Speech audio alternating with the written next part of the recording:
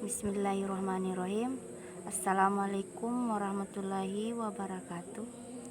Perkenalkan, saya atas nama Irmayanti dari Akuntansi A1 semester 6. Di sini saya akan mempresentasikan metode penelitian kualitatif.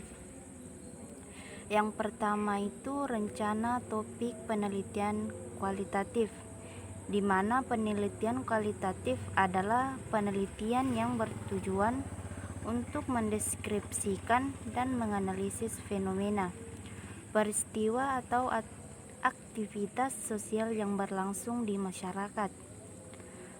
Rencana topik penelitian yaitu penerapan sistem manajemen pada koperasi simpan pinjam mitra saudara Palopo.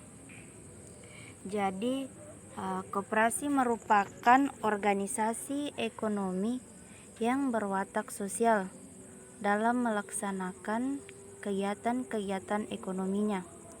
Pelayanannya harus selalu ditujukan untuk melayani manusia, seperti anggota khususnya dan masyarakat pada umumnya. Koperasi juga merupakan badan usaha yang beranggotakan sejumlah orang atau badan hukum yang berlandaskan pada asas kekeluargaan dan demokrasi ekonomi sebagai salah satu pelaku ekonomi. Koperasi merupakan organisasi ekonomi yang berusaha menggerakkan potensi sumber daya ekonomi demi memajukan kesejahteraan anggota. Sesuai dengan pengertian koperasi bahwa koperasi merupakan kegiatan ekonomi yang berasaskan kekeluargaan, maka tujuan utama dari koperasi ialah untuk meningkatkan kesejahteraan anggota pada khususnya dan masyarakat pada umumnya. Agar tujuan dari koperasi dapat tercapai, maka koperasi memegang peranan yang sangat vital dan strategis dalam perekonomian Indonesia. Hal ini disebabkan koperasi merupakan sektor usaha yang memiliki jumlah yang terbesar dengan daya serap angkatan kerja yang signifikan.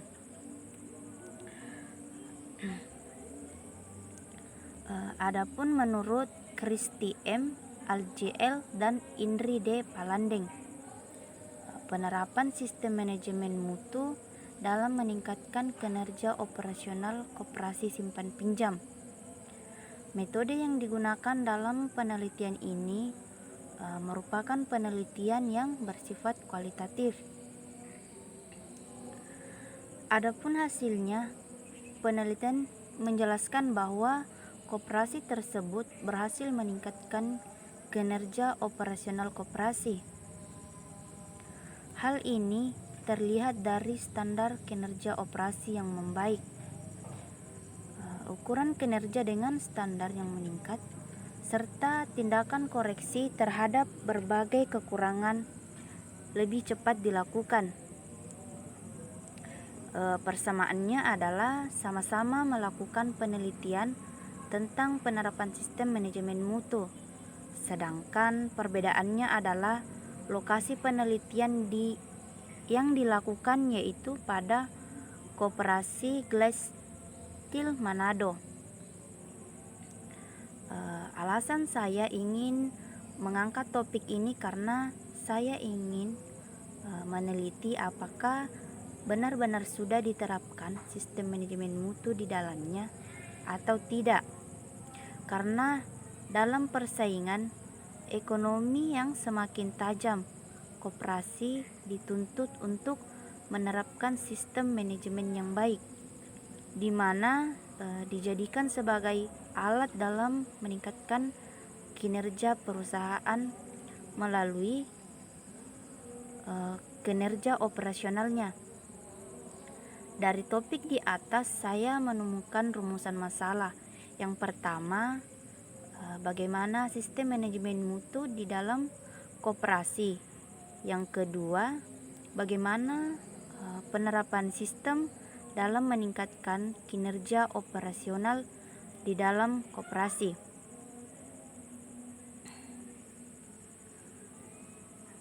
Kemudian paradigma yang digunakan.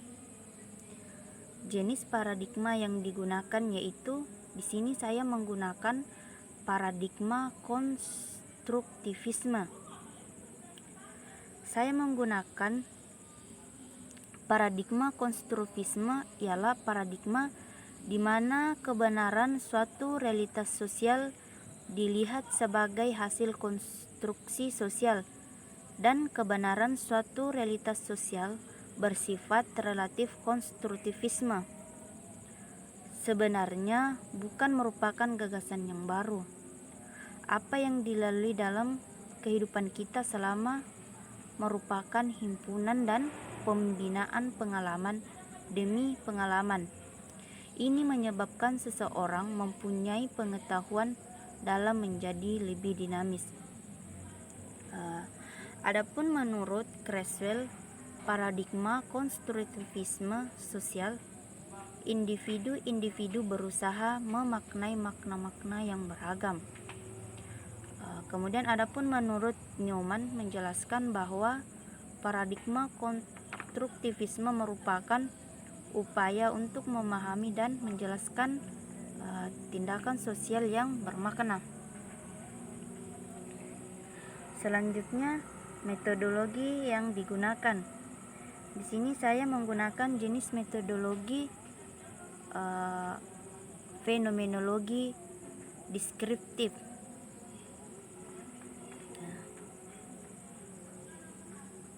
Jenis metode yang saya gunakan dalam penelitian ini adalah metode penelitian kualitatif dengan jenis penelitian fenomenologi deskriptif yang menggambarkan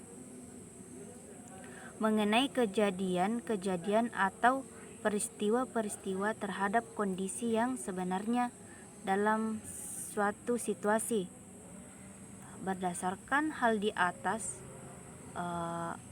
untuk memperoleh hasil penelitian yang lebih terarah, maka penelitian ini disusun melalui 3 tahap. Yang pertama itu tahap persiapan, yang kedua itu tahap pengumpulan data berupa observasi, kemudian wawancara dan dokumentasi.